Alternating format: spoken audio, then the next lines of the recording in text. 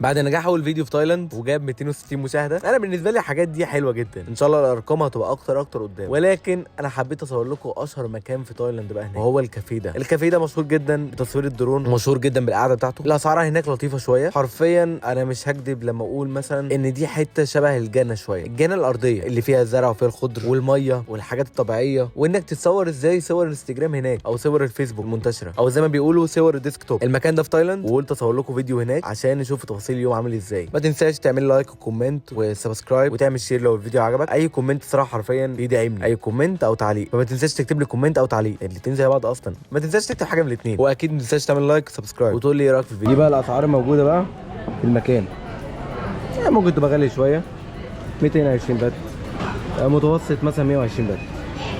120 ده اضربوه بقى في كل اي حاجه في جنيه ونص، فاللي هو مثلا اضرب لك مشروب 150 جنيه بجد.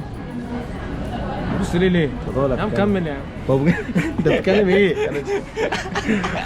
فهو بجد حرفيا يعني ممكن تقول نفس اسعار مصر، بس حلوه رايقه. يمكن الحوار ده لو في مصر الاسعار دي هتختلف جدا، الاسعار دي مش 150 ولا 160 ولا 200 مثلا، ممكن تبقى ب 500. عندك بقى الاكل، اسعار الاكل بس هنا اسعار اوفر صراحه. اسعار الاكل 280. لا بجد الاسعار هنا رخيصه بالنسبه لمكان زي ده. في ايه ده؟ في ايه؟ ده انت بلوجر قوي. انت بلوجر. هنا بقى الاسعار التانية بالنسبه بقى المكان ده لو في مصر ده بجد الاسعار بقى مش تبقى 400 و600، هتتفرج على اسعار تانية، بس المكان تحفه.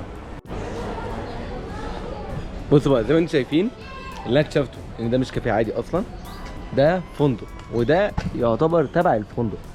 بص بقى هنا بقى الفندق كله،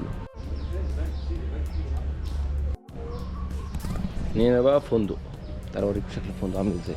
اكيد انا مش مأجر هنا او حاجز، بس ممكن كده من بره نرمي مرايه، نرمي كده. دي الاوض بتبقى عامله كده،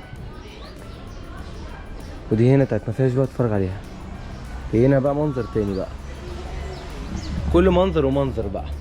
هنا تكلفة بقى الدرون والكلام ده كله بصراحة، ولا انا شايفها مش اقوى حاجة، 1250 بات. في اسعار بقى للفاميلي وفي اسعار تانية للدبل والكلام ده كله، بس انا اوريكم منظر تاني.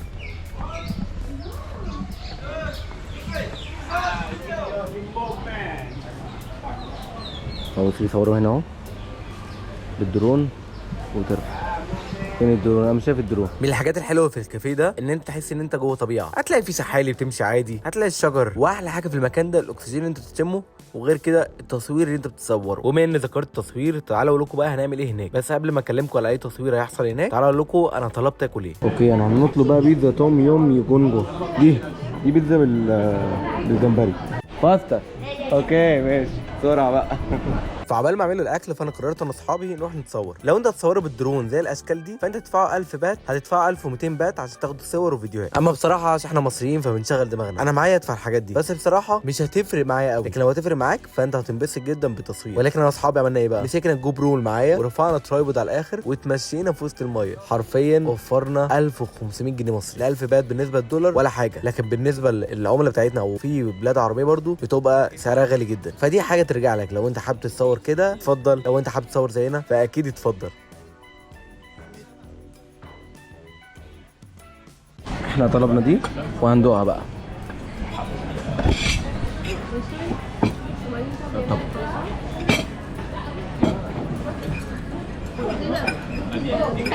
ايه؟ بقول لك ايه مش حلال. انا بسيب القشطه جمبري مش حلال. منك دي حبيبي زي السي فود، مش عارف كنت قلت لمين. قلت لي انا مش حلال. جمبريه بتتذبح.